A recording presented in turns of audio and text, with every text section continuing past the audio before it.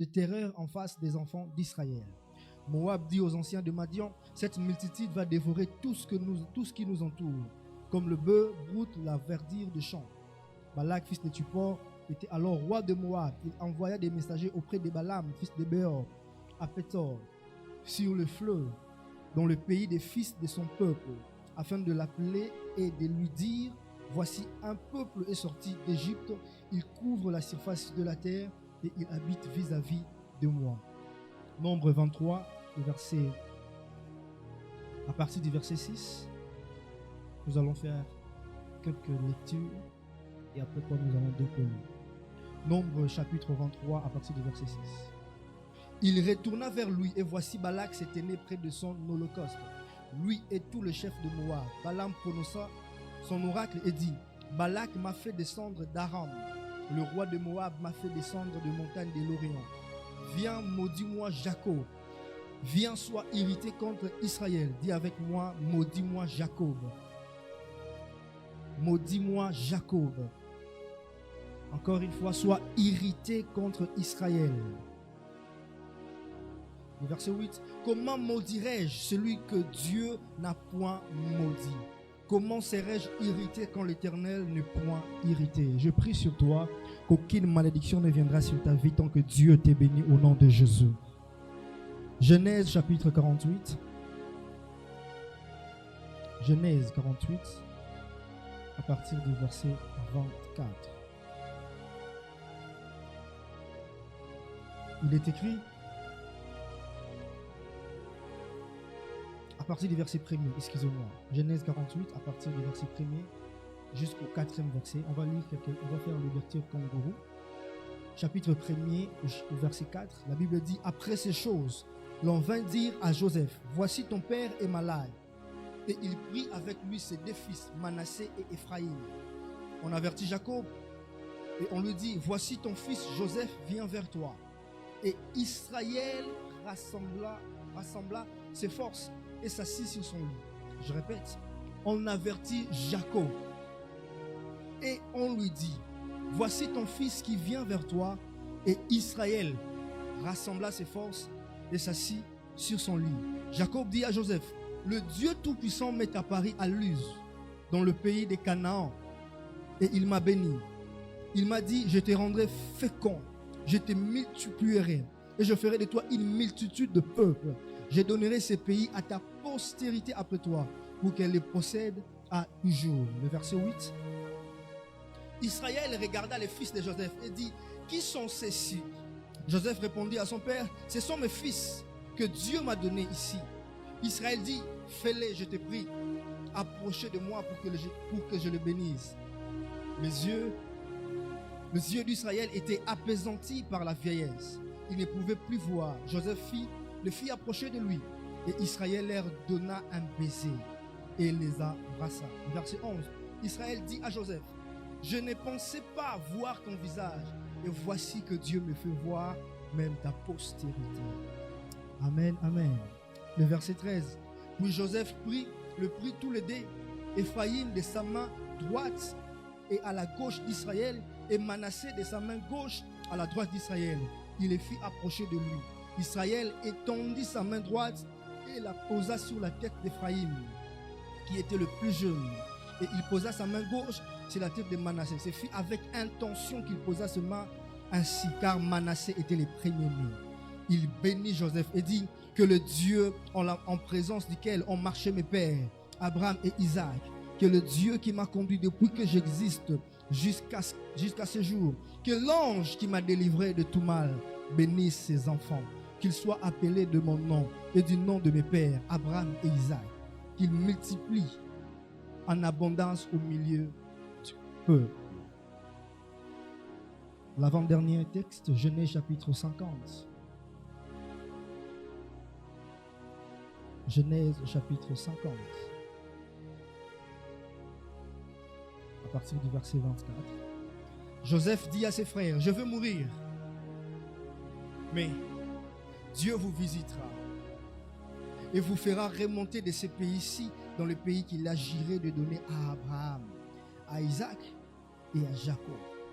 Joseph fit jurer les fils d'Israël en disant, Dieu vous visitera et vous ferez remonter mes eaux loin d'ici. Joseph mourut âgé de 110 ans.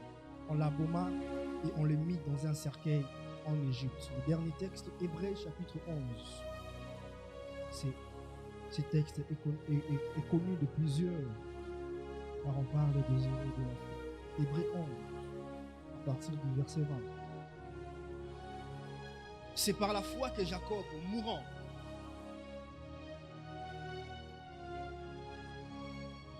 c'est par la foi qu'Israël, excusez-moi, le verset 20, c'est par la foi qu'Israël bénit Jacob et Ésaü en vue des choses à venir.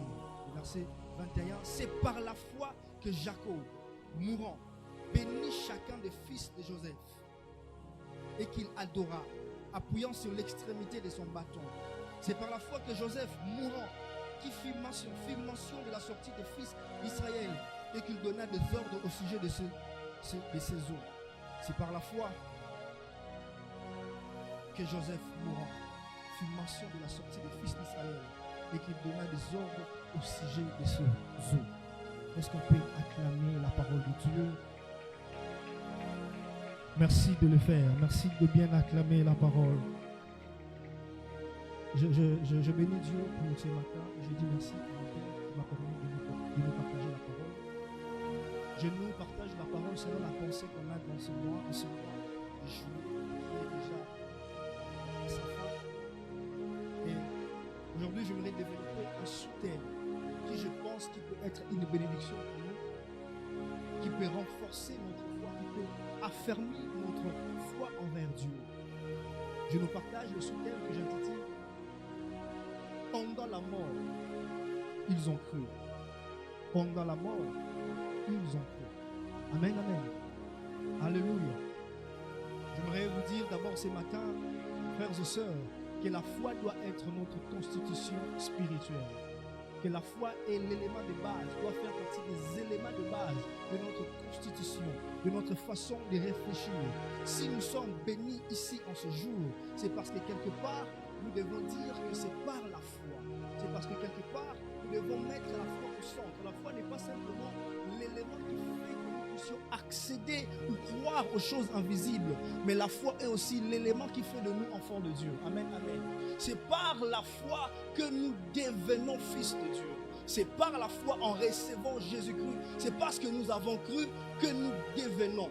Donc la foi est l'élément, la croyance est l'élément de la transformation. C'est lui qui croit, c'est lui qui a la foi, c'est comment transformer. Parce que c'est en croyant qu'on devient. Cela veut dire qu'il y avait une étape primitive vers un autre état évolutif. Amen, amen. Lorsque vous croyez, vous changez d'étape. Vous quittez de l'étape A pour partir à l'étape 2. Lorsque vous croyez, lorsque vous avez la foi, vous transformez. Dieu fait un travail dans la vie de toute personne qui a en lui, en eux plutôt, l'élément qu'on appelle la foi. Amen, amen. Alléluia. Et la Bible est en train de dire que toutes les choses du monde passeront, mais trois demeurent. Et parmi ces trois choses, il y a la foi. Écoutez-moi, mes frères et sœurs, le problème actuel, les choses qui nous dérangent aujourd'hui, notre façon de vivre aujourd'hui dans ces temps, dans nos maisons, ne doit pas être les choses qui doivent définir notre vie, ne doit pas être les choses qui doivent définir notre destinée. Car parmi les choses qui demeurent, la foi est l'un des éléments qui ne changent pas. Amen, amen. Ceux qui gardent la foi savent comment transformer leur vie. Ceux qui ont la foi savent comment devenir quelqu'un de meilleur. Amen, amen. Regarde ton voisin, dis-lui, aie la foi. Change de voisin, s'il te plaît, dis-lui, aie la foi. La Bible, c'est vrai, nous parle de vivants. La Bible nous parle des hommes qui par la foi ont marché avec Dieu. La Bible nous parle de personnes, des hommes de foi. La Bible dit que c'est au vivant de Moïse qu'il a traversé la mer Rouge, qu'il a séparé la mer en deux parties. La Bible dit c'est au vivant d'Élie que le feu est descendu à plus de 3 reprises. C'est la Bible parle de la foi de ceux qui étaient vivants. Mais quelque part, lorsqu'on arrive dans le livre des Hébreux, la Bible nous parle également de la foi de ceux, non pas ceux qui étaient vivants, mais ceux qui étaient tout près de la mort. Ceux qui étaient proches de la mort. la foi de ceux qui étaient en train de se mourir, la foi de ceux qui étaient en train de partir. Ils étaient déjà à la porte vers l'entrée même de la mort, mais ils ont gardé quelque chose et qu'ils avaient la foi. Amen, amen. Alléluia. Alléluia. La Bible parle de Jacob. La Bible dit que c'est par la foi que Jacob bénit Joseph et ses fils. Non pas seulement qu'il a béni Joseph, mais aussi il l'a adoré en s'appuyant sur son bâton. Pendant qu'ils étaient près de la mort, il s'était rapproché de la mort. Mais non pas seulement il a béni ses descendants, mais aussi il a adoré en s'appuyant sur l'extrémité de son bâton. Mais également la Bible parle de Joseph, qui lui aussi était tout près de la mort. La Bible dit que Joseph, pendant qu'il était en train de se mourir, il a donné de l'espérance aux enfants d'Israël. Il leur a dit, vous savez, il arrive un temps où vous remonterez de ces pays, vous irez vers les terres que Dieu a promis à nos pères. Il était en train de mourir, mais il avait un langage dans sa bouche. Il était en train de se mourir, mais il a donné de l'espérance. Et il leur fait jurer d'ailleurs, que lorsque vous partirez dans ces pays, s'il vous plaît, prenez mes os, amenez-les dans la terre de la promesse. Amen, amen. Alléluia. Ces hommes-là étaient tout proches de la mort. Mais il y a une chose qui les caractérise. Ils ont gardé la foi. Ils étaient en train de se mourir, mais ils ont gardé leur foi. Écoutez-moi, mes frères et sœurs. Ce n'est pas parce que vous êtes en train de traverser des choses, ce n'est pas parce que vous êtes en train de vivre comme si vous entrez vers votre mort certaine que les langages de votre vie doivent changer. Ce n'est pas parce que les choses ne sont plus en train d'évoluer, ne sont plus en train d'avancer comme auparavant que vous devez changer votre langage. Une des choses qui caractérise ces hommes est que malgré qu'ils étaient dans un état de désespoir, mais leur langage était affermi. Leur langage n'avait pas changé. Jacob, pendant la mort, a quand même béni. Ce n'est pas parce que quelqu'un est en train de souffrir que dans sa bouche, ce sont des paroles de malheur qui doivent sortir. Devenir, c'est vrai, une source de bénédiction. Être béni de Dieu, c'est aussi garder un langage constant dans les temps.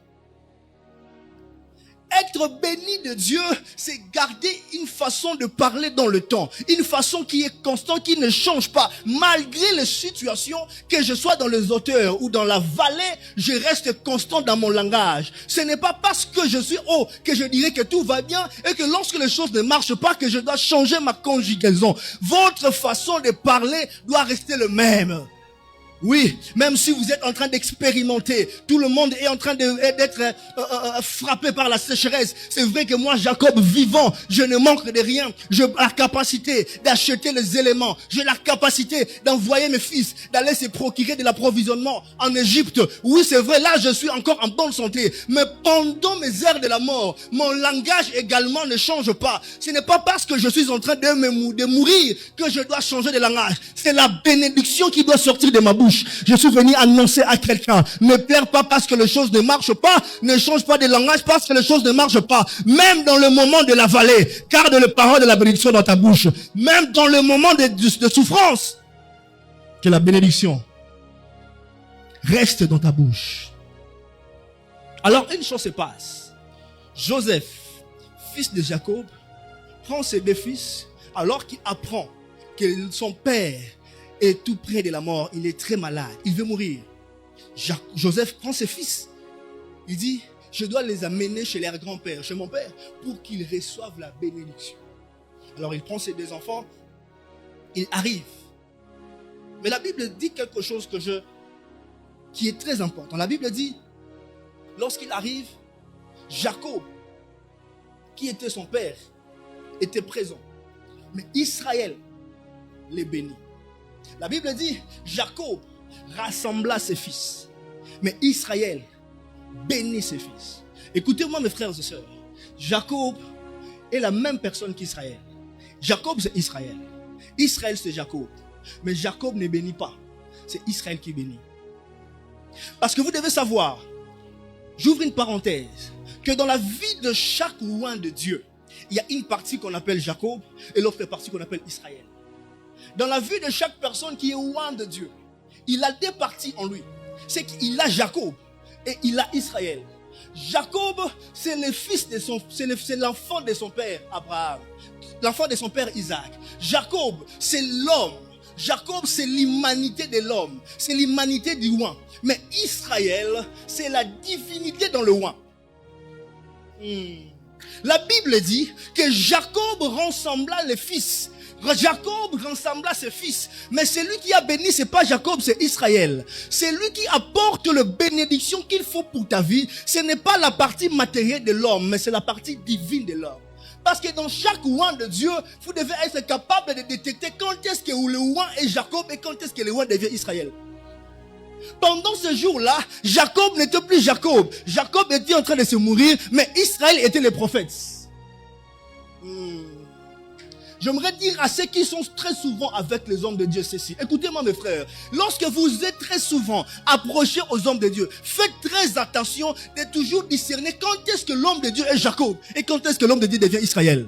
Il y a des personnes qui ratent les bénédictions d'Israël en croyant qu'en ce moment-ci, je dois demeurer avec Jacob.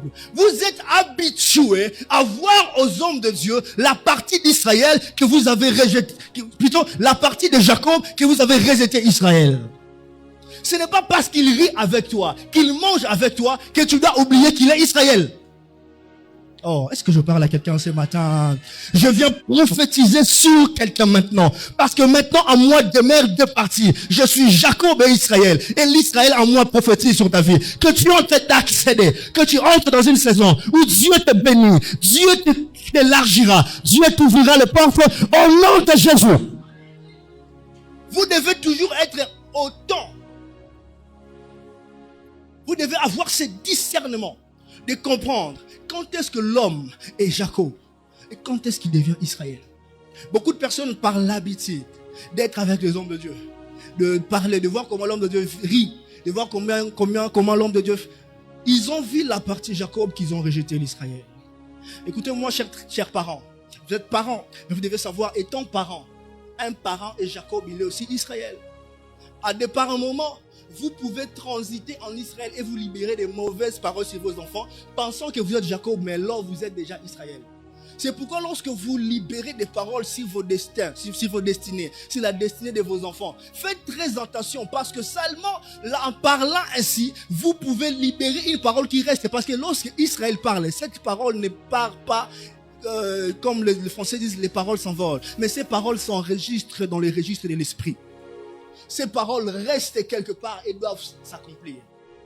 Et quelque chose arrive. Joseph amène ses deux enfants. Il les présente chez son père pour qu'il puisse recevoir la bénédiction.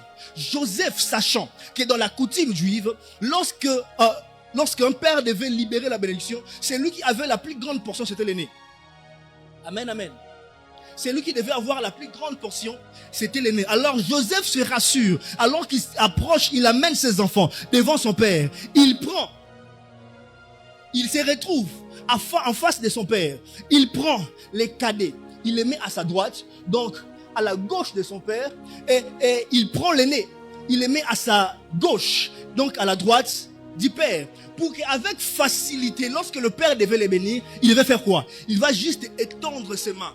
Donc la main droite touchera la tête de l'aîné et la main gauche touchera quoi? La tête du cadet. Pour que les choses soient autant faciles, Joseph arrive. Mais j'aimerais dire à quelqu'un, les calculs des hommes ne sont pas toujours les calculs de Dieu. Les calculs des hommes ne sont pas toujours les calculs de Dieu. Les hommes peuvent dire de toi quelque chose, mais Dieu a des choses beaucoup plus succulentes pour toi. Ce que les hommes disent de toi ne doivent pas t'arrêter. Ce que Dieu dit de toi, c'est ce qui doit arriver. Jacob a sa façon de calculer les choses. Il amène ses enfants, il prend l'aîné, il les place à la droite du père, il prend les cadets, il les met à la gauche du père. Pourquoi? Parce que l'aîné doivent recevoir la plus grande part et les cadets doivent recevoir les miettes. Mais pendant la bénédiction, le père n'étend pas ses mains, le père croise ses mains. il prend sa main droite, il les pose sur la tête du cadet. Il prend sa main gauche, il les pose sur la tête du premier-né. Et il commence à bénir. Ça peut paraître insensé dans les yeux des hommes, mais c'est lui qui est en train de faire cet acte, n'est pas Jacob, mais c'est Israël. Laisse-moi te dire que la foi est la constitution des hommes spirituels. Ceux qui ont la foi ne voient pas les choses comme les hommes naturels. Ceux qui ont la foi voient dans le monde des esprits. Ils ne disent pas, c'est les premiers-nés qui doivent recevoir en premier. Écoutez-moi, le premier-né de Joseph, son nom signifiait « Dieu m'a fait oublier mes peines. Dieu m'a fait oublier mes souffrances. » Et les cadets, son nom signifiait « Dieu m'a rendu fécond. » Donc pour Joseph, avant que Dieu ne les rende féconds, il faut que Dieu puisse les faire oublier ses peines. Pour Joseph, avant que Dieu ne les rende féconds, il faut que Dieu le fasse oublier ses peines. Mais pour Israël, dans la pensée de Dieu, ce n'est pas simplement que Dieu doit être obligé de te faire oublier tes peines avant de te bénir. Dieu peut te bénir d'abord et après te faire oublier tes peines. Dieu peut te donner d'abord et après cette bénédiction, c'est cette bénédiction qui te fera oublier tes souffrances. Je lève ma main droite comme prophète de Dieu. Que Dieu te donne ce qu'il te faut entre tes mains. Que Dieu dépose quelque chose entre tes mains. Et que ces choses te fassent oublier toutes les souffrances que tu as endurées. Je lève ma main droite comme oracle de Dieu. Que ce que tu es en train de recevoir en ce jour te fera oublier les chemins douloureux, les épreuves douloureuses, les choses qui t'ont maltraité, les personnes qui t'ont fait souffrir, les choses qui t'ont fait pleurer. Les choses qui te font pleurer, Dieu les changera. C'est cette bénédiction qui fera en sorte que tu oublies tes souffrances. Si c'est à toi, donne-moi un bon amen. Pour Joseph, c'est l'aîné. Mais pour Israël, la bénédiction doit suivre les chiasmes. Amen, amen. Alléluia. Mais cela ça peut être peut-être sans signification, ça peut être anodin. De voir que non, le père, pendant la bénédiction, prend sa main droite, il pose sur le cadet, il prend la main gauche, il pose sur l'aîné. Écoutez, lorsqu'il est en train de bénir, il bénit les dés au même titre. Il bénit les dés à la même qualité. Il n'y a pas eu quelqu'un qui a reçu une bénédiction plus que l'autre. C'est vrai que la main droite a porté une double portion, mais cela n'a pas donné au premier les miettes. Pendant qu'il bénissait ces enfants-là, ça n'a pas donné au premier-né le miettes et au cadet les plus grandes choses. C'est vrai que les cadets étaient beaucoup plus bénis, mais cela ne faisait pas du premier-né qui ne soit pas béni. Il était aussi béni. Ephraïm et Manassé étaient tous les deux bénis. Pourquoi? Parce que la bénédiction n'était pas tracée sur des lignes parallèles, mais sur des lignes qui devaient se croiser. Amen, amen. Alléluia. Et lorsque vous voyez l'acte prophétique que Israël a posé sur ses enfants, ça nous rappelle quelque chose. Ça nous rappelle la croix. Écoutez-moi mes frères et sœurs. Lorsque Jacob était en train de bénir, lorsque Israël était en train de bénir, il était en train de poser l'acte prophétique qui annonçait un élément à venir dans le temps. Le deux lignes parallèles bénissaient normalement, mais c'était les deux lignes croisées qui bénissaient de façon prophétique. Lorsqu'il croise ses mains forment les signes de la croix. Et la bénédiction n'est pas seulement aller au plus jeune pour abandonner les plus petits, mais la bénédiction est aller au plus jeune et à suivre les plus petits, les plus grands. Pourquoi? Parce que les deux personnes, les deux enfants, étaient sous l'autorité de la croix. Écoutez-moi mes frères et sœurs, il est difficile, non, il est impossible pour un homme qui est passé par la croix et ne pas être béni. Oh. Il est impossible pour un homme qui a traversé, qui est passé par la croix et ne pas recevoir la bénédiction. C'est vrai que la position peut changer, mais autant Manassé sera béni, autant Ephraïm sera béni. Pourquoi? Parce qu'ils sont représentés par l'élément de la croix. La croix, selon le livre de Galates, l'apôtre est en train de dire, il a porté nos malédictions dans la croix pour que nous puissions être bénis des bénédictions d'Abraham. C'est par la croix, par l'élément de la croix, que ceux qui n'étaient pas appelés à recevoir la bénédiction ont accédé à la bénédiction de Dieu. Oh. On peut tout te refuser, mais si tu passes par le chemin de la croix, rien ne pourrait être fermé au devant de toi. Il y a quelque chose qui se passe, mes frères et sœurs. Dans le livre de Nombres, il y a Balak qui regarde un peuple qui est en train de se monter, qui est en train de devenir grand. Alors il appelle un prophète, il appelle un devin, il appelle Balaam pour venir maudire le peuple. Lorsque Balaam arrive, il se retrouve dans une grande île d'altitude. Il monte dans la montagne pour commencer à maudire le peuple. Mais alors qu'il était en train de, il voulait maudire, c'est la bénédiction qui sortait. Parce que c'est lui que Dieu a rendu source de bénédiction. Aucun homme ne peut arrêter cette source. Il n'y a aucune source que Dieu peut ouvrir et qu'un homme peut faire tarir. Il n'y a aucune source que Dieu peut ouvrir qu'un homme ne peut faire tarir. Aucun homme n'a la capacité de faire sécher celui que Dieu a rendu source. Mais pourquoi lorsque Balaam est arrivé sur la montagne, il voulait maudire, mais c'est la bénédiction qui sortait. Il voulait maudire, c'est la bénédiction qui sortait. Vous savez pourquoi? Dans cette montagne, lorsqu'il regardait le peuple le peuple d'Israël, dans leur voyage, marchait selon un rythme bien établi par Dieu. Il y avait 3 tribus au nord, 3 tribus au sud, 3 tribus à l'est et à l'ouest. En telle enseigne que si tu es dans une haute altitude et que tu regardes de ce peuple, il formait la croix. Toi au nord, toi au sud, toi à l'est, toi à l'ouest. Et lorsque vous reliez les lignes, il forme la croix. Balaam arrive au sommet. Il regarde le peuple. Il veut maudire. Mais ce qu'il ne sait pas, c'est lui qui est déjà pendu au bois et déjà maudit. La Bible dit, maudit soit celui qui est pendu au bois. Maudit soit celui qui est pendu au bois. Donc s'il y a la croix, la malédiction est déjà passée. Et c'est la vie qui venait. Lorsqu'il veut maudire, il sent les bénédictions qui sortent. Pourquoi il veut en rajouter? La Bible dit, celui qui te maudira sera maudit. Celui qui te bénira sera béni. Et aucun homme n'a la capacité d'apporter la malédiction dans la vie de celui qui a été béni de Dieu. Lorsque Balaam voulait maudire, il regarde, mais ce qu'il ne savait pas, le peuple marchait en forme de croix. Écoutez-moi mes frères et sœurs, la croix est l'une des choses qui nous fait accéder dans nos bénédictions futures. Un homme qui passe par la croix ne peut jamais sécher. Un homme qui passe par la croix ne peut jamais tarir. La saison est en train d'arriver dans ta vie. Ou partout où tu seras, ça sera l'abondance. Tu marcheras à l'est, tu seras abondant. Tu iras à l'ouest, tu seras prospère. Tu iras au nord, Dieu te rendra fécond. Tu iras au sud, tu réussiras. Il n'y a aucune position terrestre qui peut faire effacer, qui peut annuler la loi de la croix dans ta vie. La croix.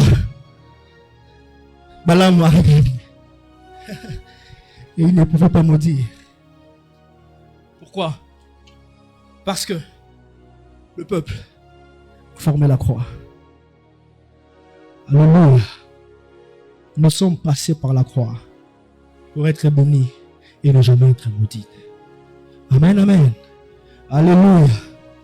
Jacob peut maudire, mais lorsque Israël parle, c'est la bénédiction qui entre. Alléluia. La croix est cet élément qui a fait en sorte que Manassé et Ephraïm puissent avoir la même bénédiction. L'aîné et le plus jeune ont reçu la même chose, la même bénédiction. Leur bénédiction, c'est vrai que l'aîné devait avoir une grande portion, mais cela est parti chez les cadets. Mais cela n'a pas annulé la bénédiction de l'aîné. Pourquoi? Parce que la croix est passée dans ces lieux-là.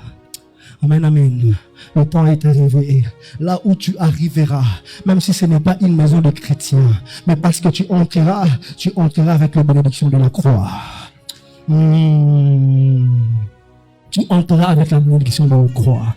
Qu'est-ce qui se passe? Le prophète Élisée, Dieu l'envoie quelque part pendant qu'il y a sécheresse, pendant qu'il est en train de se mourir. Le prophète est arrivé et Élie plutôt est envoyé chez la veuve de Sarepta.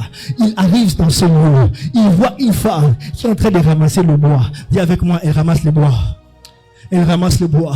Et une ligne de choses, c'est qu'Élie lui demande, donne-moi à manger. La femme dit, je n'ai qu'un morceau, je n'ai qu'une petite farine, une poignée de farine et de l'huile. On va le préparer après quoi? Nous allons manger, nous mourrons. Il dit, donne-moi d'abord et rien ne manquera dans ta maison. Mais une chose est en train de tiquer. La femme prend seulement les bois et apporte la farine, met de l'huile et fait un gâteau pour le prophète. Et rien, la Bible dit, il n'a plus rien manqué dans sa maison. Pourquoi? Parce que c'est lui, cette personne, qui met toute sa vie, qui met tout son avoir, le peu qu'il reste, sur l'élément qu'on appelle le bois. Sur le bois, il ne peut plus rien manquer. Cette femme prenait juste le bois. Mais la Bible dit, je répète encore, maudit soit celui qui est pendu au bois. C'était juste le bois. Elle était en train déjà de mourir parce qu'elle voulait juste manger la dernière partie de son meul, de sa farine et mourir. Mais ce jour-là, à cause du fait qu'elle était tout près du bois, la bénédiction est entrée. Il y a quelque chose qui se passe. Le peuple sont arrivés quelque part. Ils sont arrivés vers Mara. Ils sont arrivés dans cette rivière. Ils avaient soif. Mais la mer, l'eau était amère. L'eau n'avait pas un bon goût. Alors le prophète arrive. Et il prend un morceau de bois. Il jette dans le seau. Et l'eau qui était amère est devenue douce. Oh mon Dieu. Lorsque la croix entre dans la vie de quelqu'un, la croix a la capacité de transformer les choses amères aux choses douces. La croix a la capacité de transformer les choses méchantes, les choses mauvaises à de bonnes choses. Le temps est en train d'arriver. Tu mettras la croix dans ton travail. Là où tu ne gagnais rien, tu gagneras beaucoup, je prophétise. Là où tu gagnais le peu, tu gagneras beaucoup, j'annonce. Là où tu gagnais rien, tu mettras la croix dans ton mariage.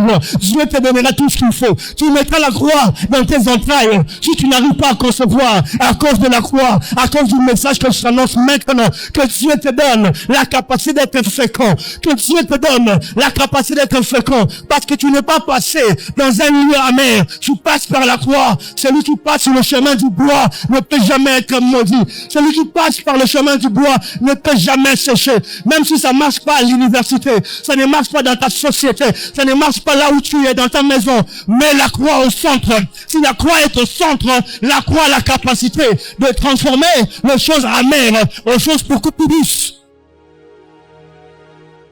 Qu'est-ce qui est amer dans ta vie? Qu'est-ce qui ne va pas bien dans ta vie? Qu'est-ce qui n'a pas de bon goût dans ta vie? Aujourd'hui, nous allons transformer ces choses. Ces choses doivent devenir douces. Oh mon Dieu, est-ce que je parle à quelqu'un ce matin? Ces choses sont en train de devenir douces parce que tu es en train de passer sur le chemin de la foi. C'est vrai, tu es béni. Tu es appelé à être béni. Mais seulement, cette bénédiction commence lorsque tu passes sur le chemin de la foi. Ils étaient en train de mourir, mais parce qu'il y avait la croix à côté, ils n'ont pas pu abandonner. La croix est l'élément qui te soutiendra.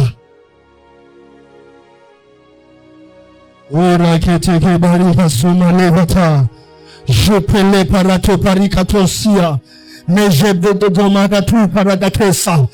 Dieu est en train de faire quelque chose de nouveau dans ta vie. Une saison arrive. Un temps est en train d'arriver où ta vie est en train de quitter des moments de plus amers, des moments de souffrance pour transcender dans des moments de bonheur, pour transcender dans des moments de dans des moments d'élévation. Le temps est arrivé où Dieu sera en train de te consoler. Dans des moments les plus durs de ta vie, Dieu sera ton consolateur. Dans les moments les plus durs de ta destinée, la croix te donnera ce que tu cherches. Ne regarde pas à gauche et à droite. Regarde le serpent de rein. Ils étaient mordus par le serpent. Et il a apporté qu'une chose. Le prophète a pris un bâton et il a mis la statue du serpent de rein. Il dit, ne regardez pas à gauche, à droite. Ne prenez pas la solution des racines. Regarde à la croix. Regarde à la croix. Là, tu seras béni. Là, tu seras guéri. Là, tu seras béni. Là, tu seras guéri. Ne regarde pas papa. Ne regarde pas ta mère. Ne regarde pas tes relations. Regarde à Jésus. Il est pendu le bois pour qu'il reçoive notre malédiction afin que nous soyons une bénédiction. Les temps sont en train de venir parce que tes yeux seront fixés à l'agneau. Tes yeux seront fixés à la croix. Toutes les bonnes choses viendront vers toi. J'annonce ton oracle de Dieu. Une saison où la paix va caractériser ta vie. Une saison où la paix va caractériser ta famille. Une saison en Karada. Chatakete kolipara. Pintamarosia. Agratemaya. Ces choses arrivent bientôt. Ces choses arrivent bientôt. Ces choses arrivent bientôt. Ces choses arrivent bientôt. Nous ne regarderons pas à gauche. Nous ne regarderons pas à droite. Nous regarderons à la croix. Nous regarderons à la croix. Nous regarderons à la croix.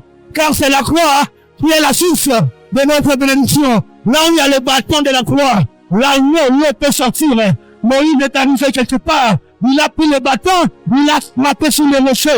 L'eau est sortie. Oh mon Dieu. La croix peut te donner l'eau. Peut voir de toi une source là où tu t'étais bloqué.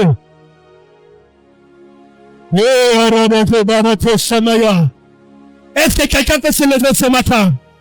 Quelqu'un peut se lever ce matin et commencer à prier. Commencez à prier. Commencez à prier. Je te montre une direction. Ne regarde pas à gauche. Ne regarde pas à droite. Regarde à la croix. Regarde à la croix.